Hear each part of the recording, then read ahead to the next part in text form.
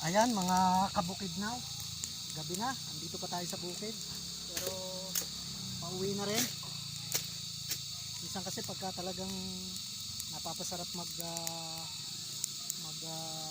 gawa sa bukid, medyo tinatamad ka na rin umuwi eh. Gusto mo dito pero siyempre gabi na, hapon na. Kailangan na rin nating umalis.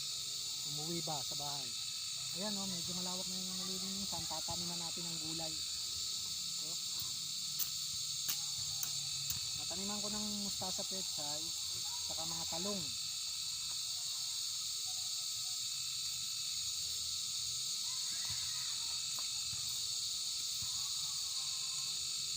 Iba kasing mga damo ating sinisindihan din kasi pag pinabayaan natin may tendency pa siyang mabuhay, pero kapag sinisindihan natin yung abo kasi nagiging pataba rin.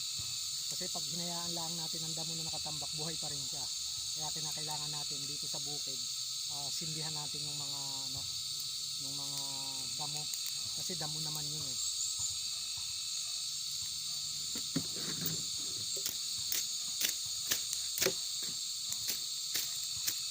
Gabi na, nakikita nyo na medyo dumidilim na, saka na napapakinggan nyo yung mga huni ng mga kuliglig. Ayan o, gabi na.